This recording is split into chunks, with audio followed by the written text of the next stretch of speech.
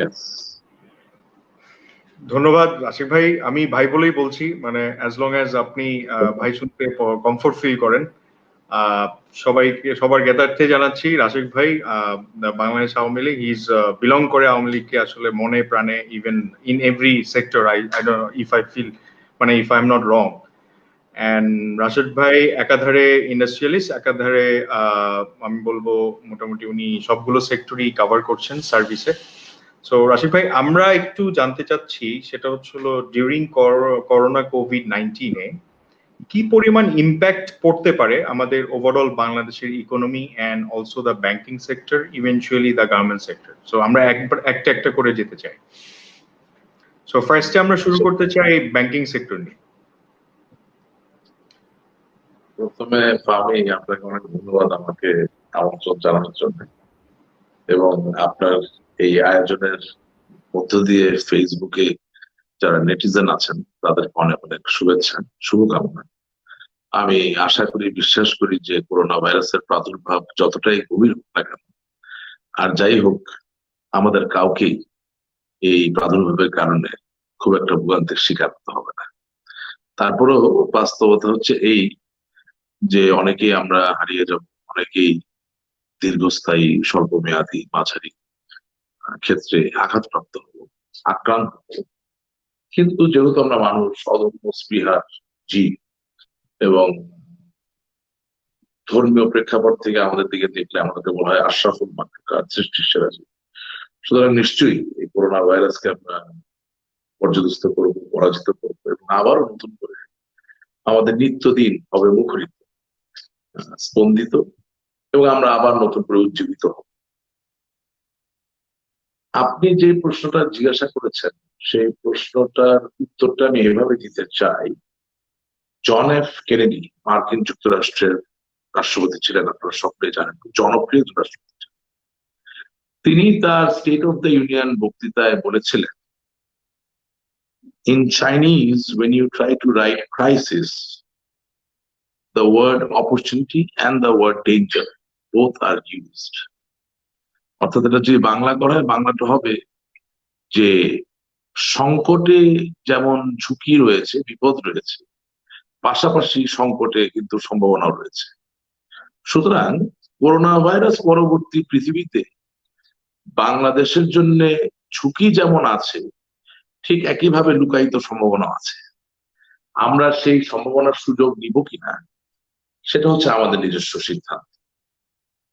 Banking খাত নিশ্চয়ই একটা চ্যালেঞ্জের সম্মুখীন হবে, কিন্তু আবার এটাও বাস্তবতা যে বঙ্গবন্ধু কন্যা জননেত্রী শেখ হাসিনার অর্থনৈতিক ব্যবস্থাপনার সবচেয়ে বড় সিক্রেট অথবা রহস্য হচ্ছে যে তিনি কেইনজিয়ান ইকোনমিক্স এর একজন দৃঢ় বিশ্বাসী ব্যক্তি। তার নেতৃত্বে, তার নির্দেশাবলীতে, তার নীতি প্রণয়নের ক্ষেত্রে আপনি দেখবেন জন মেনার্ড কেইনস নামক একজন ম্যাক্রো ইকোনমিস্ট, যার অর্থনৈতিক তত্ত্বের প্রয়োগ ঘটিয়ে মার্কিন যুক্তরাষ্ট্র 1930 সালে গ্রেট ডিপ্রেশন থেকে বেরিয়ে এসেছিল, সেই জন মেনার্ড কেইনসের যে প্রস্তাবনাগুলো, সেগুলো আমাদের বঙ্গবন্ধু কন্যা জননেত্রী শেখ হাসিনার অর্থনৈতিক যে নীতিমালা বা যে দর্শন, সেই দর্শনে খুঁজে পাওয়া যায়। এই ক্ষেত্রে আপনি দেখবেন যে বঙ্গবন্ধু কন্যা জননেত্রী শেখ হাসিনা জাতির উদ্দেশ্যে বক্তব্য দেওয়ার সময় তিনি ৭২,৭৫০ কোটি টাকার বিভিন্ন মেয়াদের প্যাকেজের ঘোষণা করেছেন। কিন্তু সেই প্যাকেজে একটা আছে ক্ষুদ্র স্বল্প সময়, মাঝারি সময়, আর দীর্ঘমেয়াদী। এই তিন ধরনের প্যাকেজের প্রত্যেকটি জায়গায় একটা ব্যাপার কমন, সেটা হচ্ছে অভ্যন্তরীণ খাতে সরকারি ব্যয়। অর্থাৎ সরকারি ব্যয় এবং সরকারি বিনিয়োগ দুটাকে আমরা কাছাকাছি আনতে পারি এভাবে। আপনি জানবেন যে অর্থনীতির ভাষায় আমাদের জিডিপি কে এর প্রকাশ ঘটানো হয় বড় হাতের ইংরেজি অক্ষর Y, that is equal to our income. এবং এর যে সমীকরণটা হচ্ছে সরল ভাষায়, আমি সব জায়গায় বলি, খুব একটা জটিল না করে আমাদের দর্শকদের জন্য, C plus I plus G plus X minus M is equal to Y. অর্থাৎ সিতে ইট স্ট্যান্ডস ফর কনজাম্পশন, G-তে it stands for government investment, government expenditure. I-তে it stands for investment অর্থাৎ বিনিয়োগ, এবং within bracket X minus M এর মানে হচ্ছে এক্সপোর্ট মাইনাস ইম্পোর্ট। এর সবগুলির হরিজন্টাল সামেশন, এর সবগুলির সরল যোগের ফলাফলটা হচ্ছে ইংরেজি বড় হাতের অক্ষর Y অর্থাৎ জিডিপি। এখন বঙ্গবন্ধু কন্যা জননেত্রী শেখ হাসিনা বলেছেন যে করোনা পরবর্তীকালে তিনি এই অর্থনীতিকে আবারও নতুন করে চাঙ্গা করতে গিয়ে তিনি সরকারি খাতের যে ব্যয় সেটাকে তিনি ধরে রাখবেন বা বৃদ্ধি করবেন। এবং আপনাকে মনে রাখতে হবে যে বাংলাদেশের গত অর্থ বছরের যে প্রবৃদ্ধির হার অর্থাৎ 8%, সেই প্রবৃদ্ধির হারের সিংহভাগটা কিন্তু হচ্ছে অভ্যন্তরীণ খাত থেকে সৃজিত, অর্থাৎ পদ্মা ব্রিজ, মেট্রো রেল, বিশাল যে জনবান্ধব জনহিতকর যে সরকারি প্রকল্প, পাশাপাশি সরকারের সামাজিক নিরাপত্তা বলয়ের অধীনে 2.5 কোটিরও বেশি মানুষ যারা সরাসরি সরকার থেকে প্রণোদনা পেয়ে থাকেন। এখানে উল্লেখ্য বয়স্ক ভাতা, বৃদ্ধ ভাতা, বৃদ্ধা ভাতা, পঙ্গুত্ব ভাতা, দরিদ্রের জন্য মাতৃত্বকালীন ভাতা, মুক্তিযোদ্ধা ভাতা সহ আরো বিভিন্ন ধরনের ভাতার মধ্য দিয়ে সরকার তার দেশের অপেক্ষাকৃত দুর্বল, অসহায়, পিছিয়ে পড়া জনপদের মানুষকে বাঁচিয়ে রাখেন, একটা সম্ভ্রম, আত্মসম্মানের জায়গা দেওয়ার চেষ্টা। এর সাথে আরেকটা ব্যাপার উল্লেখ করা যেতে পারে, আপনি জানেন যে ইকোনমিক্স এর সিক্লিক্যাল আনএমপ্লয়মেন্ট বলে একটা ধারণা আছে, মৌসুমী বেকারত্ব যেটাকে বলা হয়।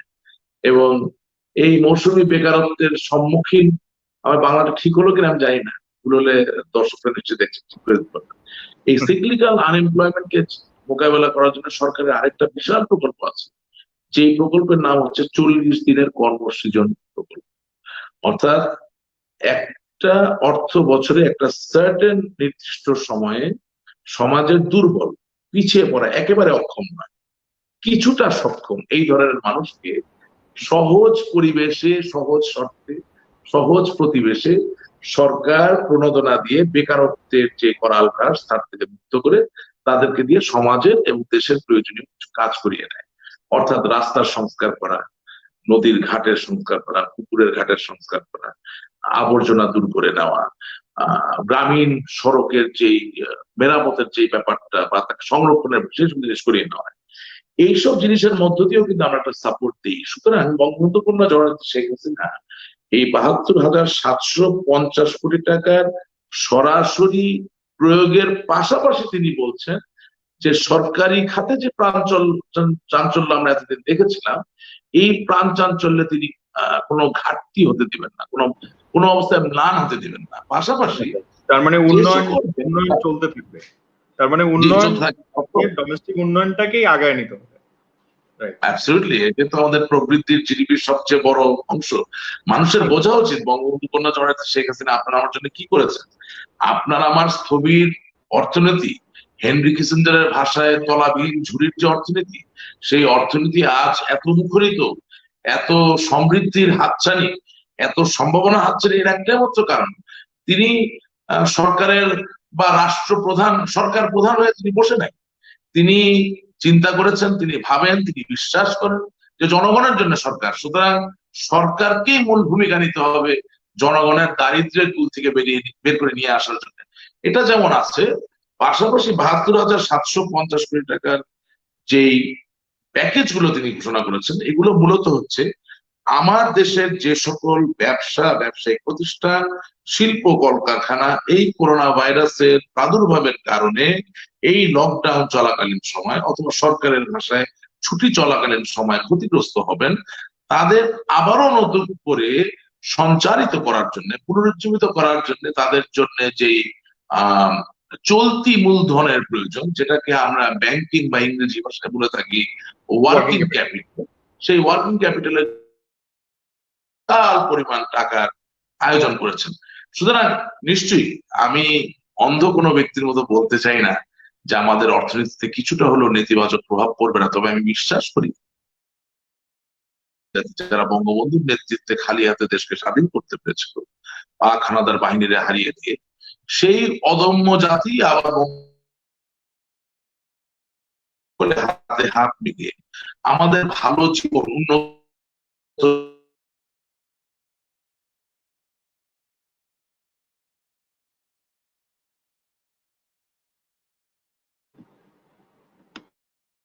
সরকারি যেই আপনার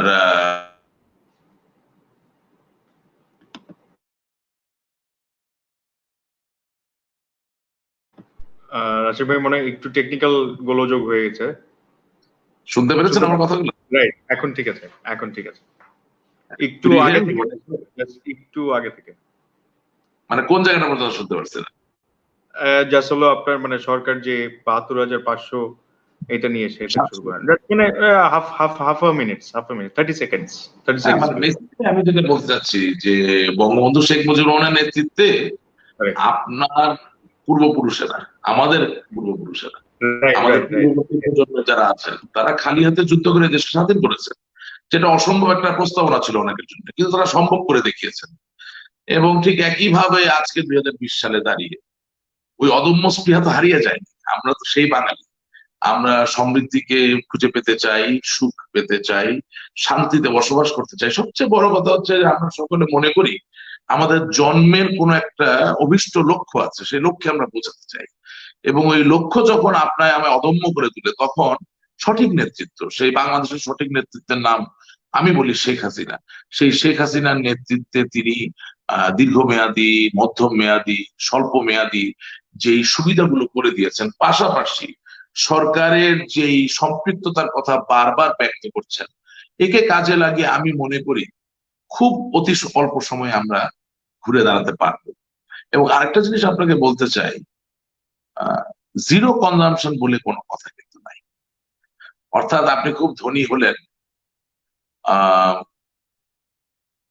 আপনি অনেক ব্যয় করবেন, ঠিক, কিন্তু আপনি একেবারে আপনার আয় শূন্যের কোঠায় কিন্তু আপনি কিছুই ব্যয় করবেন না, এটা মিথ্যা। খেতে তো আপনাকে হবেই, আপনি যতই দরিদ্র হন। আপনি যতই দরিদ্র হন আপনাকে লজ্জা নিবারণ করতে হবে, কাপড় আপনাকে পরতে হবে।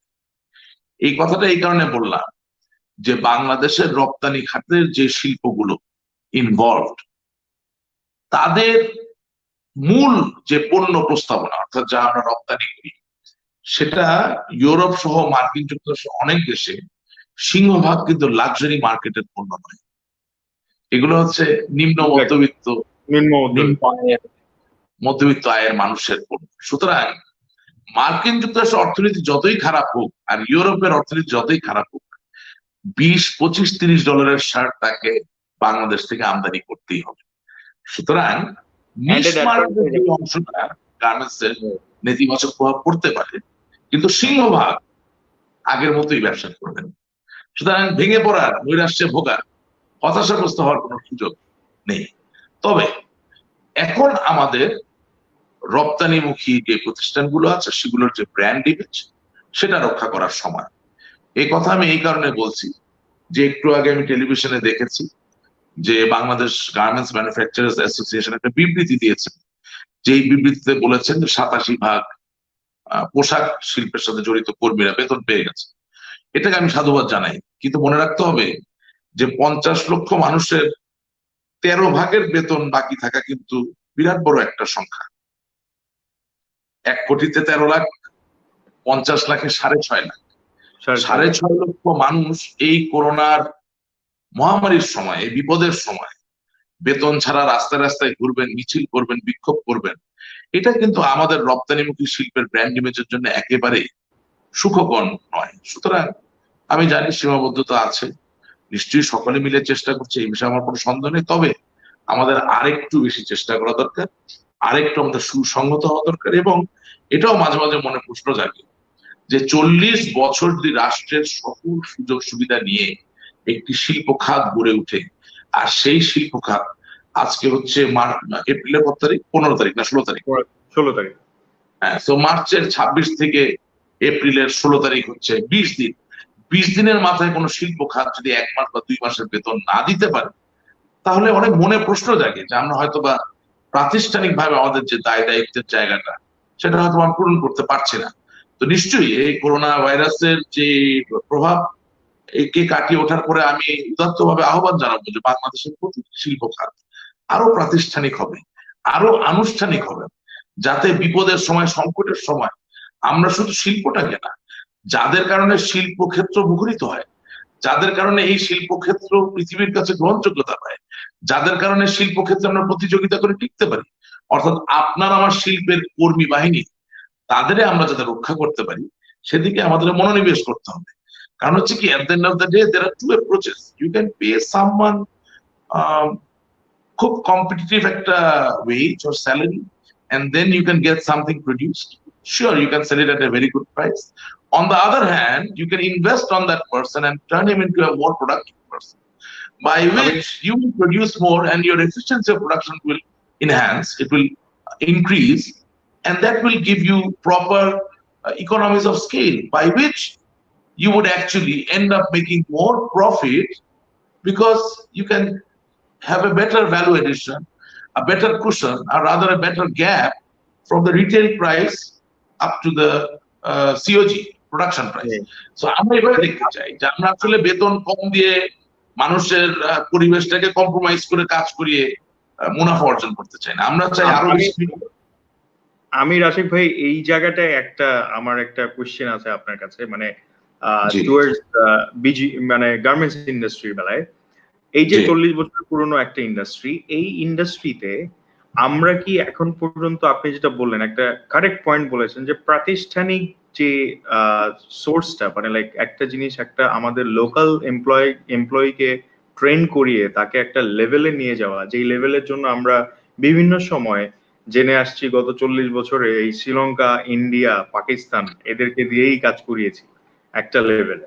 সো দেখা যাচ্ছে কি ম্যানেজার লেভেল পর্যন্ত হয়তো আমাদের ছেলেপেলেরা যাচ্ছে, তারপর থেকে চলে যাচ্ছে হলো টোটাল অ্যামাউন্টটা, টোটাল যে কোম্পানির যে ওভারহেড কস্টটা is incurring by basically the top level. So where আমরা যদি এখানে প্রাতিষ্ঠানিক কোনো সেন্টার করতাম, আমরা বিজিএম এর কাছে শুধু পাই ফ্যাশন ডিজাইনার, ওয়েদার আপনি আমার সঙ্গে নিশ্চয়ই একমত হবেন যে গ্যাপ, নাইকি, H&M ও শার্টের ডিজাইন নিশ্চয়ই আমার ডিজাইনার দিয়ে বানায় না, মানে ও ডিজাইন করে দেয়। এই ব্যাপারে খুব ভালো একটা জায়গাকে সামনে নিয়ে এসেছেন। আমি এভাবে কথাটা বলতে চাই, আমি কিন্তু ব্যক্তিগতভাবে খুবই জাতীয়তাবাদী, অর্থাৎ আমি বাঙালির জাতীয়তাবাদী বিশ্বাস করি, এবং আমি ultra nationalistic to somewhat extent, because আমি মনে করি যে যেই জাতি আসলে একটা এই ধরনের অলৌকিক ঘটনা সমেত পরিস্থিতির ভিতর থেকে স্বাধীন হয়, মুক্ত হয়, তারে আসলে দাবায় রাখার কেউ নাই। সুতরাং আমার কাছে মনে হয় গ্রামীণ ফোনের সিইও বাঙালি না,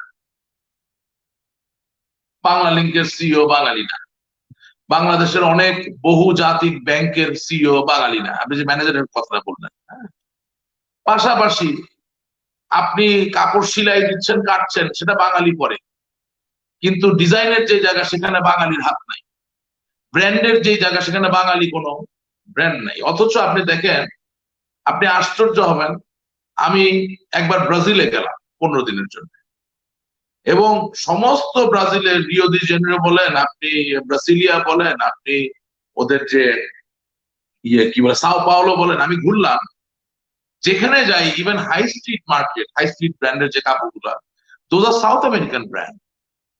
It's not Burberry, it's not Etro, it's not Christian Dior, it's not কি বলে ধরেন কেনালি, they have their own high street brands.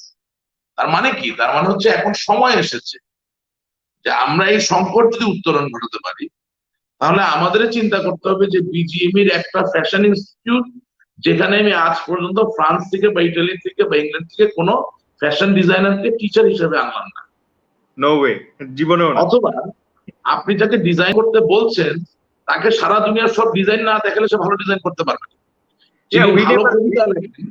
Right, we didn't found like মানে এইরকম কোন প্রথা যেটা আমরা পাই নাই, হয়তো একটা ইনস্টিটিউট করা হয়েছে অ্যাজ এ ওই সময় হয়তো ওইটাকে আমি বলবো শিক্ষার ব্যাপারটা, যে মার্চেন্ডাইজিং ব্যাপার, এমনকি ব্যাংকিং বিআইবিএম ও যেটা আছে, হ্যাঁ আপনার ব্যাংকিং ইনস্টিটিউট যেটা, সেটাও একই ব্যাপার। আমি তো বলতেছি কেন, আপনি যদি বহু কবিতা না পড়েন আপনি কিন্তু ভালো কবি হতে পারবেন না। না, ভেরি ট্রু, আপনি ট্রু, বহু গল্প না পড়েন, আপনি কিন্তু ভালো গদ্যকার, গল্পকার, লেখক হতে পারবেন না, ঔপন্যাসিক হতে পারবেন না। সুতরাং আপনি যদি খুব অনেক ধরনের সঙ্গীত সুরের সাথে পরিচিত না হন, আপনি কিন্তু মৎসার্ট, বাখ, বেথোভেন হবেন না। আপনি যদি বহু চিত্রকর্মের সাথে পরিচিত না হন, আপনি কিন্তু মনে হবেন না, আপনি কিন্তু পিকাসো হবেন না। সুতরাং ব্যাপারটা হচ্ছে যে any institute that you build, it has to have an exposure. For that exposure you need to invest. Without investment আপনি আর আগাবেন না, সেলাইটাই করবেন, কিন্তু আপনার নকশাটা আর কেউ গ্রহণ করবে না আন্তর্জাতিক ভাবে। আমাদের কথা হচ্ছে যে এই করোনা ভাইরাসের প্রাদুর্ভাবে অনেক লুকায়িত সত্য বেরিয়ে আসছে, কতটুকু আমরা পারি বা পারি না, সেই জায়গাটাকে আমি বিশ্বাস করি যে আমরা সকলে মিলে উপলব্ধিতে নিয়ে বিশ্লেষণ করে এটাকে শক্তি হিসাবে ব্যবহার করে আমরা সামনের দিকে এগিয়ে যাবো, এটা আমার মনে হয়। মানে এই ক্ষেত্রে রাশিদ ভাই একটা যদি আপনি আরেকটু সাজেস্ট করেন, যেটা হচ্ছিল মানে আমি শিওর আপনার মাধ্যমে বললে জিনিসটা অনেক জায়গায় জানতেও পারে, যেটা হচ্ছিল এই যে টপ লেভেল যে গার্মেন্টস ইন্ডাস্ট্রিতে যারা আছেন, মোস্টলি যারা হচ্ছিল ফরেনার দিয়ে যারা কাজ করাচ্ছেন, সেই জায়গাটায় যদি আজকে আমাদের প্রাতিষ্ঠানিক আমাদের লোকাল ছেলেরা থাকতো, তাহলে তো তার কস্টিংটাও কমে যেত, right? If I am not রং। কারণ ওই লোকটার হয়তো লিভিং স্ট্যান্ডার্ড তার যদি $10,000 লাগে, আমাদের এখানে একটা ছেলেকে যদি $5,000 যদি দেয়, he is much way far happy, সে খরচ করার জায়গাও পাবে না। সো না, কিন্তু আমি ওই অ্যাপ্রোচটাতে বিশ্বাস করি না। আমি বিশ্বাস করি না কেন, আমি কিন্তু বারবার বিনিয়োগের কথাটা ওই কারণে বলছি যে আপনি কিন্তু আসলে কাউকে কম বেতন দিয়ে বেশি প্রতিযোগিতায় সক্ষম হবেন, এই অ্যাপ্রোচটা কিন্তু দীর্ঘস্থায়ী অ্যাপ্রোচ না, এটা এটা স্বল্পমেয়াদী অ্যাপ্রোচ।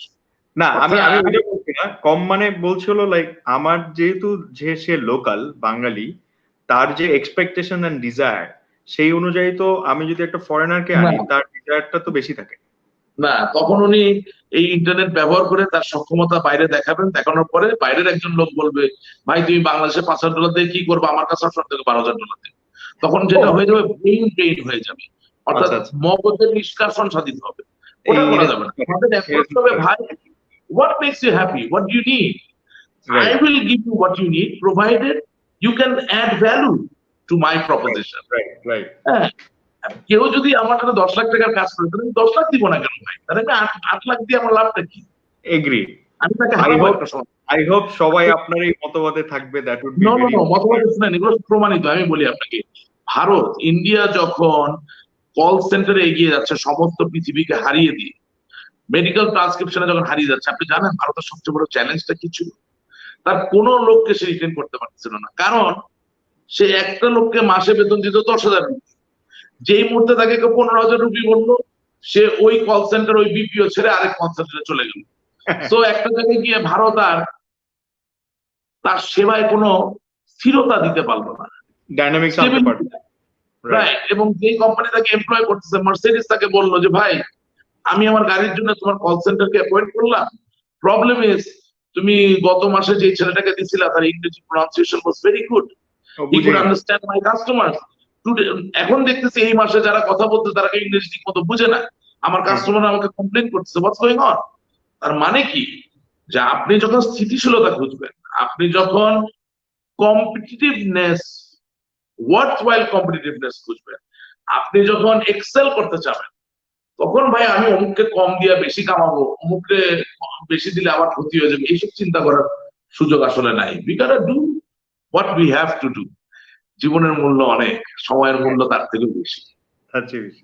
সো আশিক ভাই, আমি যদি একটু বলি, লাইক আমাদের এই যে নানা যে কতগুলো ইন্ডাস্ট্রি আছেন, যেমন ধরেন আমরা ব্যাংকিং ইন্ডাস্ট্রিতেও আছে, ব্যাংকে যেমন হচ্ছিল একটা নতুন প্রণোদনা এসছে, অ্যাকচুয়ালি ব্যাংক সার্ভিসের জন্য সবাই ভয় পাচ্ছে, ভয়ের কারণে হয়তো একটা বাংলাদেশ ব্যাংক থেকে একটা আদেশ এসছে যে 10 দিন যদি সে কাজ করে they will get like 30 days basic salary.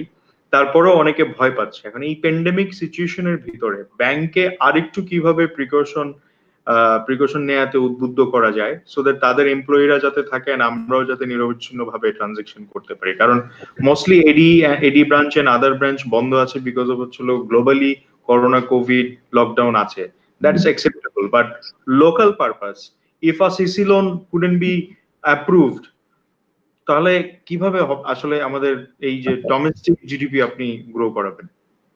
আমি বাংলাদেশে বিনিয়োগের সূত্র ধরে একটা বাণিজ্যিক ব্যাংকের সাথে যুক্ত আছি, এবং আপনার এই আয়োজনের মাধ্যমে আমি বঙ্গবন্ধু কন্যা জননেত্রী শেখ হাসিনাকে ধন্যবাদ জানাতে চাই যে তিনি কিছুদিন আগে বেসেল 2 এর অধীনে যে 9টি ব্যাংকের অনুমতি দিয়েছিলেন, তার ভিতরে একটি ব্যাংক মেঘনা ব্যাংক লিমিটেড, সেই ব্যাংকের সাথে আমি যুক্ত আছি। আমি সেই জায়গা থেকে বলতে চাই, প্রথমত বাংলাদেশের ব্যাংকিং সেবার সাথে জড়িত প্রত্যেক নারী পুরুষকে আমি আমার ব্যক্তির জায়গা থেকে অভিবাদন জানাই। কারণ তারা প্রতিদিন কষ্ট করে ব্রাঞ্চে যাচ্ছেন, ব্রাঞ্চ খুলছেন, এবং আমার দেশের রোগে আক্রান্ত নয় কিন্তু পরিস্থিতির কাছে আক্রান্ত যারা, তাদের যে টাকা পয়সার প্রয়োজনীয়তা, লেনদেনের প্রয়োজনীয়তা মেটানোর জন্য তারা নিজেদেরকে ঝুঁকির সম্মুখীন করেছেন। এবং আপনি জানেন যে ময়লা টাকার মাধ্যমেও কিন্তু করোনা ভাইরাস ছড়িয়ে যেতে পারে, একজন ব্যক্তির হাঁচি কাশির মাধ্যমেও ছড়াতে পারে। তাদের কাছে পিপিই নাই, তাদের কাছে প্রোটেক্টিভ গ্লাস নাই, অনেকের কাছে সঠিক মানের মাস্কও হয়তো বা নাই। সুতরাং সেই জায়গা থেকে তারা নিশ্চয়ই ঝুঁকি নিচ্ছেন। তবে বঙ্গবন্ধু কন্যা জননেত্রী শেখ হাসিনার নির্দেশনায় বাংলাদেশ ব্যাংক যে ব্যবস্থা গ্রহণ করেছেন তাদেরকে প্রণোদনা দেওয়ার, সেটাকেও আমি সাধুবাদ জানাই, এটাও প্রয়োজন। তবে মানুষের সেবা দেওয়ার ইচ্ছাটা টাকার থেকে হয় না, এটা দিয়ে উৎসাহ দেওয়া যেতে পারে, সম্মান হিসেবে অনেকে নিতে পারে, স্বীকৃতি হিসেবে নিতে পারে, কিন্তু মূলত মানুষের সেবা করার ব্যাপারটা এই বুকের ভিতর থেকে আসে বা এই মনের ভিতর থেকে আসে। তো সেই জায়গা থেকে তাদের যে ভূমিকা, তাকে আমাদের স্মরণ করতে হবে এবং উচ্চার করেই দেখতে হবে। আপনি যে কথাটা তুলেছেন অতীব গুরুত্বপূর্ণ, কারণ আমরা স্টিপুলেট করতে পারি যে করোনা ভাইরাসের অর্থনৈতিক যে কর্মকাণ্ড এখন স্থবির হয়ে গেছে, এটা হয়তো বা আগামী 45 দিন পর্যন্ত এমন থাকবে। কিন্তু যিনি সরকারি কার্যাদেশ পেয়েছেন, যিনি বেসরকারি কার্যাদেশ পেয়েছেন, যিনি লেটার অফ ক্রেডিট এলসি পেয়েছেন বাইরে থেকে, তাদের সকলকে তো নতুন করে আবার ঘুরে দাঁড়াতে হবে। তো এই ঘুরে দাঁড়ানোর জন্য তাদের এই ৭২,৭৫০ কোটি টাকার সরকারের যে প্যাকেজ গুলো, সেগুলোর পাশাপাশি আরো যেসব প্রস্তাবনা রয়েছে, অর্থাৎ চলতি মূলধনের প্রস্তাবনা, শিল্প স্থাপনের জন্য ঋণের জন্য যে প্রস্তাবনা, অথবা ছোট একটা কার্যাদেশ পেয়েছেন, সেখানে 70% অ্যাডভান্স ব্যাংক থেকে পেলে তিনি কাজটা শেষ করতে পারেন। এই যে ব্যাপারগুলো, এগুলোকে যদি গুছিয়ে উঠতে হয়, সেটা কিন্তু 45th ডে অথবা 45th ডে প্লাস এন এই সূত্র মতে গেলে হবে না। তার মানে কি, যে আপনাকে সাপোর্ট দেওয়ার জন্য, টেলারের বাইরে সাপোর্ট দেওয়ার জন্য, টাকা জমা উত্তোলন, চেক পাস, চেক নগদায়ন ছাড়া অন্য যে টার্সারি লেভেলের সেবা ব্যাংক হ্যান্ডেল করে, সেই সেবাগুলো দিয়ে অর্থনীতিকে যদি চালু করতে হয়, তাহলে আমি মনে করি বিহাইন্ড দ্য সিন যে activity, credit management, credit risk assessment and all that, এই কাজগুলো আমার বিশ্বাস ইমিডিয়েটলি ধীরে ধীরে পর্যায়ে পর্যায়ে শুরু করে দেওয়া দরকার। তাছাড়া আনুষ্ঠানিকতা এত আছে, ফর্মালিটিস এত আছে, যে ওগুলো করার জন্য একটা ব্যাকলগ তৈরি হয়ে যাবে। এটাকে আবারও আপনার অর্থনীতির ভাষায় বলা হয় ডিসিশন ল্যাগের পরে এক্সিকিউশন ল্যাগ। অর্থাৎ আপনি সিদ্ধান্ত নিয়েছেন যে আপনি আপনার নেতিবাচক পরিস্থিতিকে ঘুরিয়ে ইতিবাচক করার জন্য ক খ গ ঘ উম চ ছ জ এই ধাপে ব্যবস্থা গ্রহণ করবেন। তো সিদ্ধান্ত নেওয়ায় আপনার কিছু সময় ক্ষেপণ হয়েছে, দ্যাট ইজ ডিসিশন ল্যাগ। ক, বাস্তবতায় রূপান্তরিত করতে গেলে যেই সময় ক্ষেপণটা হবে সেটাকে বলে এক্সিকিউশন ল্যাগ। সো ক খ গ ঘ উম চ ছ জ, এইভাবে যদি আমি এক একটা কিছু কিছু করে এক্সিকিউশন ল্যাগ থাকে, আর 6টি সিদ্ধান্ত যদি আমি বাস্তবায়ন করতে যাই, তাহলে 6 গুণ ওই এক্সিকিউশন ল্যাগ এর মানটাই হবে কতটা আপনি দেরি করছেন বা কতটা পিছিয়ে পড়ছেন। সুতরাং এই সুযোগ নাই, আমাদের এখনই চিন্তা করতে হবে যে যতই ঝুঁকি থাকুক, যতই সমস্যা থাকুক, সরকারের সাথে সমন্বিতভাবে সমন্বয় করে, অবশ্যই অন্যের স্বাস্থ্য ঝুঁকি বাড়িয়ে নয়, স্বাস্থ্য সুরক্ষার আওতায় থেকে আমাদেরকে আমাদের কাজগুলো করতে হবে, এগিয়ে যেতে হবে, যাতে করে পোস্ট করোনা ভাইরাস সিচুয়েশনে all the businesses and enterprises, they immediately get resolution and solutions by which they will stand up, they will be rejuvenated, and they will start what they're supposed to do, and they'll start to deliver what they're supposed to deliver. They're not only supposed to deliver goods and services, they're also supposed to deliver hope, aspiration, inspiration, and a sense of purpose. Ashiq ভাই, মানে আসলে সময় কোন দিক দিয়ে চলে যাচ্ছে আমরা আসলে নিজেও বুঝতে পারছি না। সো এই ক্ষেত্রে আমার একটা কোশ্চেন হচ্ছিল, মানে এখন বর্তমান এই Covid corona lockdown, as you said, like 45 days or to like 60 days, there is a minimum একটা টিনিউর থাকে, একটা ভাইরাসের ওয়েভ অফ টিনিউর। সো এইটার পর থেকে মানে আমাদের ইকোনমির কন্ডিশন কিরকম হতে পারে, লাইক মানে assumption, I am sure you are not কিচ্ছু হবে না, এত চিন্তা করেন না।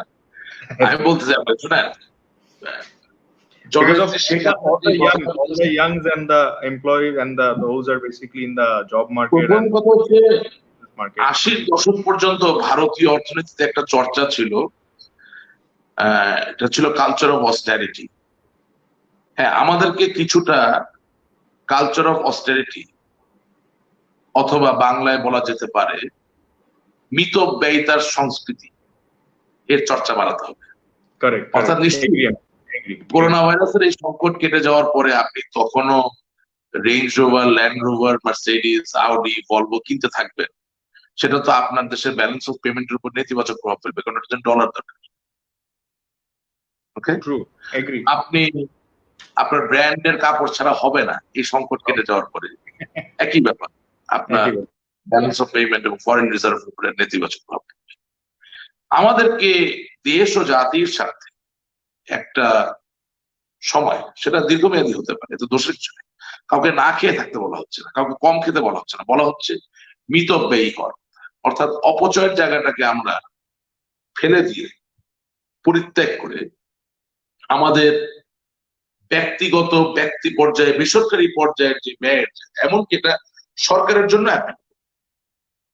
এই যে দামি দামি গাড়ি কিনে দেওয়ার কথা সরকারি কর্মকর্তা কর্মচারীদের, এটা কিছুদিনের জন্য বন্ধ করা দরকার। যে খরচগুলো বেসরকারি এবং সরকারি উভয়ের জন্য বিলাস হিসাবে পরিগণিত হবে, সেটাকে আমাদের পরিহার করা। আই হার্ড দ্যাট মাননীয় প্রধানমন্ত্রী কিছু একটা বলেছেন যে উনি সরকারি কর্মকর্তাদের আরো একটু যেটা যে স্কেডিউল ছিল ফর দ্য ট্রাভেলিং। আমি মাননীয় প্রধানমন্ত্রীর কথাই আপনাকে সহজ ভাষায় বলার চেষ্টা করছি। She's my leader, so I have to follow her, and I agree with her because she's a very wise man at the end of the day. পৃথিবীর কোনো মানুষ ভুল ত্রুটি উঠছে না, but we are very fortunate because বহুদিন পরে হলো we have one leader who believes that she has to work for the people. এর আগে অনেক লোক আমরা পেয়েছি, লম্বা, পেটে, খাটো, ইংরেজি বলতে পারে, বাংলা বলতে পারে, অনেক কিছু পাওয়া গেছে, কিন্তু nobody believed that they have to work for the people of this country. Bangabandhu Sheikh Mujibur Rahman আপনাকে আমাকে স্বাধীন করে দিয়ে গেছে, আর তাকে আমরা বাঁচিয়ে রাখতে পারিনি। 1975 সালের 15 আগস্টে অভ্যন্তরীণ এবং আন্তর্জাতিক চক্রান্তের কাছে তাকে প্রাণ দিতে হয়েছিল সপরিবারে। বাস্তবতা হচ্ছে তিনি মৃত্যুবরণ করার পরেও যারা আরো এসেছিলেন, সামরিক জান্তার বিশেষত, এবং পরবর্তীতে ওই একই ধারাবাহিকতায় হয়তোবা সামরিক পোশাক পরেন নাই, কিন্তু ওই ধারাবাহিকতাকে রক্ষা করেন। বেগম খালেদা জিয়ার কথা বলছি, আমি হুসেন মোহাম্মদ এরশাদের কথা বলছি, মেজর জেনারেল জিয়া রহমানের কথা বলছি। তারা ক্ষমতায় ছিলেন, ভালো ভালো রেটরিক যেটাকে বলে বুলি আউড়েছেন, কিন্তু জনগণের জন্য কাজ করতে হয়, চিন্তা করতে হয়, এটা ছিল না। মুখে বলেছেন চিন্তা করেন, কিন্তু কাজে আমরা দেখিনি। আপনার আমার, আপনি মনে করেন সমস্ত বিশ্ব ভেঙে পড়ে যাচ্ছে এই বৈশ্বিক পরিস্থিতি, এই প্যান্ডেমিকের কারণে, তারপরেও তো আপনি আমি আছি, এটা কম অর্জন নয়। আজ থেকে 12 বছর আগের যে অর্থনীতি ছিল, সেই অর্থনৈতিক অবস্থায় যদি এই সংকট আসতো, আমি বিশ্বাস করুন আপনি আপনার ঘরে বসে থাকতে পারতেন, আমি আমার ঘরে বসে থাকতে পারতাম না। আমি তার কথাই বলছি। আমার কথা হচ্ছে আমাদেরকে মিতব্যয়িতার দিকে যেতে হবে, এবং এই মিতব্যয়িতা দিকে যেতে হবে এই কারণে যে যেভাবেই হোক আমাকে পদ্মা সেতু শেষ করতে হবে। কারণ আমার পদ্মা সেতু যদি আমি শেষ না করি, তাহলে দক্ষিণ, মধ্য এবং উত্তরকে সংযুক্ত করার যে বহুদিনের স্বপ্নের পদ্মা সেতু, তার যে ইকোনমিক ইম্প্যাক্ট, সেটা তো আমি ঘরে তুলতে পারবো না। যে মুহূর্তে আপনি পদ্মা সেতু দিয়ে দক্ষিণবঙ্গের সাথে আমার বাকি বাংলার যোগাযোগ স্থাপন করে দিবেন, সেই মুহূর্তে সম্পদ, পণ্য, কাঁচামাল, মানব সম্পদ পরিবহনের মধ্য দিয়ে অর্থনৈতিক যেই স্পন্দন দেখা দিবে, তার থেকে তো আমি বাঙালির বিচ্যুত করতে পারি না। কিন্তু না এও বাস্তবতা যে পদ্মা সেতু করার জন্য আমার বৈদেশিক মুদ্রা প্রয়োজন। মেট্রো রেল হওয়া মাত্র এই মেট্রো রেলের সাথে নিয়োজিত যারাই আছেন, peripheral forces and all that, ancillary, সকলেই কোনো না কোনো ভাবে অর্থনীতির সাথে সংযুক্ত। যিনি বালি সাপ্লাই দেন তিনি আয় করেন, তার বালি দেওয়ার জন্য শ্রমিকের প্রয়োজন, তার বালি দেওয়ার জন্য পরিবহন খাতের ট্রাকের প্রয়োজন, ডাম্প ট্রাকের প্রয়োজন। যিনি রাইট যিনি রড সাপ্লাই দেন তাকে রড ইম্পোর্ট করা লাগে, রড ইম্পোর্ট করতে গেলে তাকে খালাসি নিয়োগ দেওয়া লাগে, জাহাজ নিয়োগ দেওয়া লাগে, নাবিকের প্রয়োজন হয়, লোহা গলাতে হয়, শ্রমিক লাগে, ফ্যাক্টরি চলে, ভ্যাট দেয়, রাইট, মূল্য সংযোজন কর দেয়, সেটা পরিবহন করার জন্য অভ্যন্তরীণ ভাবে আবারও শ্রমিকের প্রয়োজন হয়, ট্রাকের প্রয়োজন হয়। সুতরাং মাল্টিপ্লায়ার ইফেক্ট কে নিশ্চিত করার জন্য, যেখানে বাঙালি জল করবে, জ্বলবে, উজ্জ্বল থেকে উজ্জ্বলতর হবে, সেটাকে নিশ্চিত করার জন্য ব্যক্তি থেকে ক্ষুদ্র থেকে মাঝারি, মাঝারি থেকে বৃহৎ সকল অপ্রয়োজনীয় খরচের জায়গা, ব্যয়ের খাতকে সংকুচিত করে নিয়ে আসতে হবে। এছাড়া অন্য কোনো বিকল্প নেই। কিন্তু বাঙালি হেরে যাবে না, বাঙালি হারিয়ে যাবে না, বাংলাদেশে কিচ্ছু হবে না, আমরা একেবারে সঠিক পথেই থাকবো, ঠিক জায়গাটাতে থাকবো। ধন্যবাদ রাশিক ভাই। আমি very excellent discussion and also like your speech is amazing. We already aware about that. Last কোনো যদি একটা স্পিচ আপনি সবার উদ্দেশ্যে বলেন তাহলে আমরা সেই বা লাস্ট একটা শেষ বাদ তো মানে এটা ব্যবসা বাড়ির জন্য না, এটা সকলকে ঘিরে একটা কথা বলি। রাইট। দেখুন, আমরা আমাদের নিজেদেরকে ভালোবাসি, এবং আমি যখন আমার নিজেকে ভালোবাসি, আমার এই ভালোবাসার জায়গাটা আমার বাবা মাকে বাদ দিয়ে না, তারা কিন্তু আমি।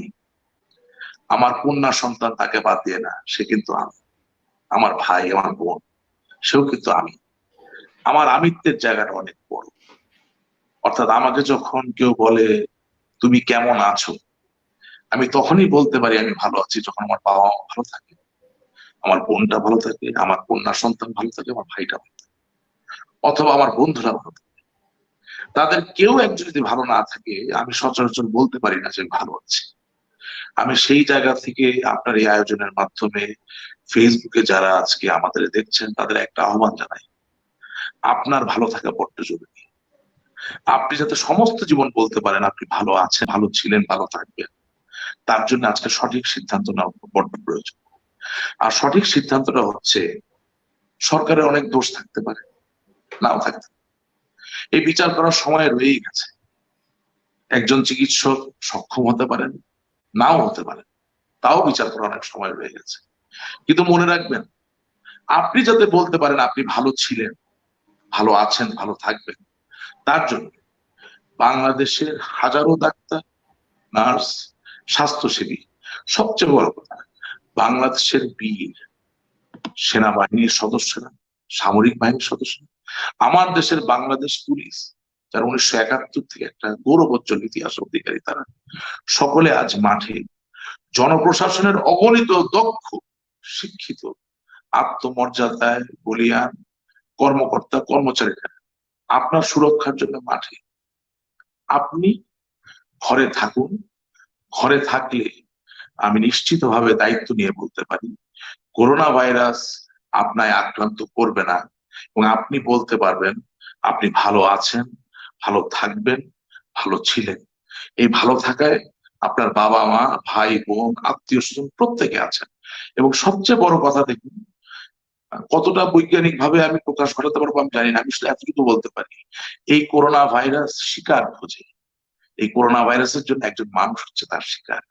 সুতরাং যখন ঘরে না থেকে আপনি বাইরে ঘোরাঘুরি করেন, তখন আপনার শরীর থেকে সে নতুন এক শিকারের কাছে যেতে চায় এবং নতুন এক শিকারের কাছে যেতে পারে।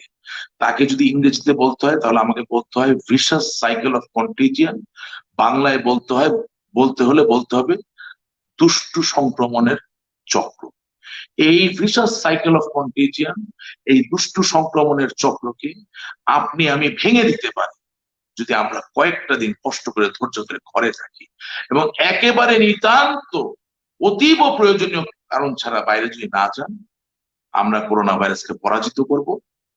আবারও বলছি, আপনি ভালো থাকবেন, আমি ভালো থাকবো, আমরা সকলে ভালো থাকবো। ধন্যবাদ।